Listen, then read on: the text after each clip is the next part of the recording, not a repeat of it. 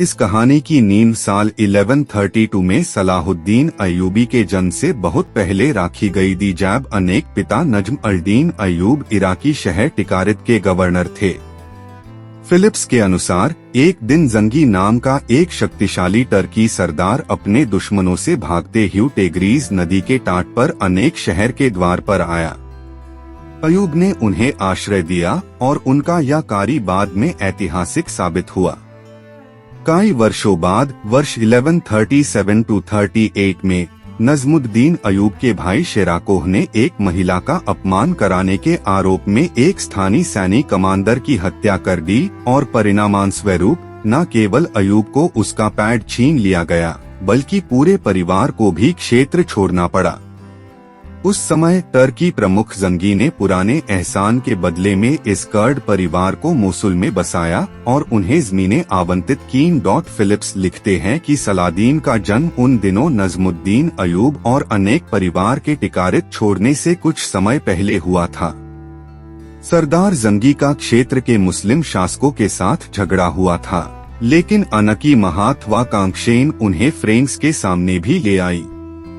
ये वे ईसाई थे जो 1099 में प्रथम धर्मयुद्ध के बाद यूरोप से आए और इस क्षेत्र में स्वतंत्र राज्य स्थापित की। इन ईसाइयों से लड़ाई के कारण जिहाद का पहलू महत्वपूर्ण हो गया। फिलिप्स लिखते हैं कि 1105 दमिश्क में एक मुस्लिम विद्वान ने जिहाद का प्रचार किया और इस्लाम के इस पहलू की उपेक्षा के लिए मुस्लिम अभिजात वर्ग की आलोचना की।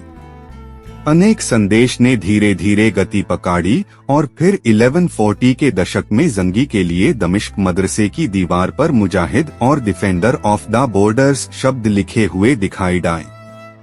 1144 में अनहोन फ्रेंच से अलरावहा शहर पर भी कब्जा कर लिया, जिसे अनहोन पहले धर्मयुद्ध के दौरान कब्जा कर लिया था। इस उपलब्धि के लिए उन्हें बगदाद के खलीफा से प्रमाण पत्र भी मिला। 1146 में सरदार जंगी की अचानक मृत्यु के बाद अनेक छोटे बेटे नूरुद्दीन जंगी ने उनका उत्तराधिकारी बना लिया, जो अगले 30 वर्षों तक एक दुर्जय धर्मयुद्ध विरोधी शक्ति के रूप में उभारे। सलादीन के जीवन पर उनका बहुत प्रभाव था। नूर अल-दीन ने इस क्षेत्र में जिहाद की नींव रखी, जिसे बाद में सलाहुद्दीन अय्यूबी ने आगे बढ़ाया। जिहाद की भावना में तीव्रता आने के साथ ही मुसलमानों में फिर से विजय की चाहत जाग उठी। 1160 के दशक के दौरान सलाहुद्दीन अपने भाई तारन शाह के बाद दमिश्क के पुलिस प्रमुख बने और इस तरह उन्हें कुछ प्रशासनिक अनुभव प्राप्त हुआ। इस दौरान वह अपने चाचा शेराकोह के साथ काम कराते हुए नूरुद्दीन जंगी के करीबी लोगों में से एक बन गए थे और उन्हें शासन के तौर तरीकों को करीब से देखने का अवसर मिला था। फिलिप्स लिखते हैं कि नूरुद्दीन एक महान शासक थे और बुद्धिमान कर्ड युवाओं के लिए एक उत्कृष्ट उदाहरण थे। लगभग 2 शताब्दियों तक इस्माइली शिया फातिमिद खलीफा द्वारा नियंत्रित मिस्र इस क्षेत्र का सबसे धनी क्षेत्र था। जैसे जैसे समय बीतता गया, फ्रेंच और दमिश्क के शासक नूरुद्दीन जंगी को एहसास हुआ कि फातिमिद खलीफा कमजोर हो रहा था और जिसने भी आईएससी अपने कब्जे में ले लिया, वह दूसरे के लिए खतरा हो सकता है। जो कोई भी मिस्र पर कब्जा कराने में सफल होगा, वह इस धन का मालिक होगा और साथ ही पूर्वी भूमध्य सागर पर भी नियंत्रण करेगा। शेराकोह को इसकी सबसे अधिक जानकारी थे, जिसने नूरुद्दीन जंगी को मिस्र में सेना भेजाने के लिए राजी किया। यहाँ तक कि फ्रेंच भी छुप नहीं रह सके और दोनों सेनाओं का आमना सामना हो गया। फिलिप्स लिखते हैं कि यह पहली बार है जब सलाहुद्दीन युद्ध के मैदान में NETRTB की भूमिका में दिखाई देते हैं। शेराकोह ने उसे मुखी सेना का कमांडर बनाया, जिसे फिरंगियों की मजबूत घुड़सवार सेना का सामना कराना था।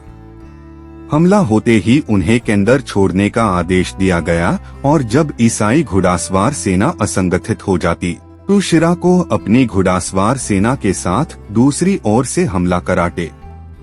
योजना सफल रही और ईसाई कमांडरों को बैंडी बना लिया गया। इस बीच अयूबिद राजवंश फलता फूलता रहा और 1157 में नूरुद्दीन, जिसने 1137 से 38 में जंगी के साथ शरण ली दी, जंगी के सबसे भरोसेमंद सहयोगियों में से एक था।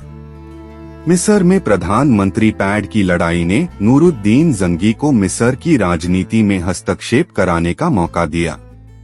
प्रधानमंत्री पैड की लड़ाई के परिणामस्वरूप बड़ी संख्या में महत्वपूर्ण लोग युद्धारत गुटों द्वारा मारे गए और यह आगे चलाकर फातिमिद साम्राज्य के लिए बहुत हानिकारक साबित हुआ। अनहोन लिखा कि वह ऐसा समय था जब हमें सलादीन की गतिविधियों के बारे में कुछ भी नहीं पता था। अनहोन अपने चाचा शेराकोह के साथ सैन्य अभियानों में भी भाग लिया होगा। अनहोन दमिश्क में तेज होते जिहादी माहौल को भी देखा होगा। इतिहास हमें बताता है कि शिराकुह के NETR टीवी में सेना ने 2 वर्षों में 2 बार मिस्र को ईसाई सेना के आक्रमण से बचाया।